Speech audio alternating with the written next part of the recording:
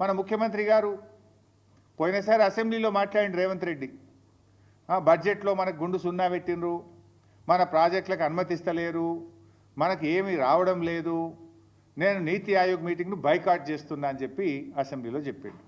ఏమిచ్చిండ్రు? నువ్వు అర్థమన్న మూసీ సుందరీకరణకు ఇదివరకు defence land రాలే, మూసీ సుందరీకరణ ప్రాజెక్టుకు ఇప్పటికీ అదేది వరల్డ్ బ్యాంక్ నుంచి అప్పు తెస్తామంటే ఫైల్ రిటర్న్ కొట్టిండ్రు. ఏది నీ మెట్రో రైలుకి ఇంతవరకు అనుమతి వచ్చింది లేదు. నువ్వు ఆ రోజు బడ్జెట్లో అయితే గుండు సున్నా, నువ్వే నీతి ఆయోగ్ మీటింగ్ బహిష్కరిస్తా అన్నాడు. మరి నిన్న నేను పొద్దుగాలనే అందరికంటే ముందు పోయి కూర్చున్నాడు. నిన్న నీతి ఆయోగ్ మీటింగ్లో అందరికంటే ముందు పోయి రేవంత్ రెడ్డి రాత్రే పోయిండు, పొద్దుగాల ఫస్ట్ కూర్చున్నాడు. మంచి రాముడు మంచి బాలు లెక్క కూర్చున్నాడు. నేను అనుకున్నా దీని గురించి మాట్లాడతాడేమో, ఈ గోదావరి బంకచెర్ల ప్రాజెక్టును గట్టిగా ఎదిరించడానికే పోయిండేమో, నిలదీయడానికే పోయిండేమో ప్రధానమంత్రిని అని నేను అనుకున్నా. కానీ చూస్తే అసలు ఈ ప్రాజెక్టు గురించి మాట్లాడిన సందర్భం కూడా లేదు. ప్రధానమంత్రిని వ్యక్తిగతంగా కలిసి కూడా ప్రెస్ నోట్ రిలీజ్ చేస్తే దీని మీద మాట్లాడిన పరిస్థితి లేదు.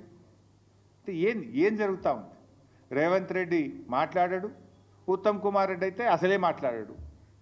ఏం చేస్తున్నాడు? నీటిపారుదల శాఖ మంత్రి ఏం చేస్తున్నట్టు, ముఖ్యమంత్రి ఏం చేస్తున్నట్టు, ఈ రాష్ట్రానికి ఇంత తీవ్రమని నష్టం జరగబోతూ ఉంటే ఎందుకు స్పందించరు?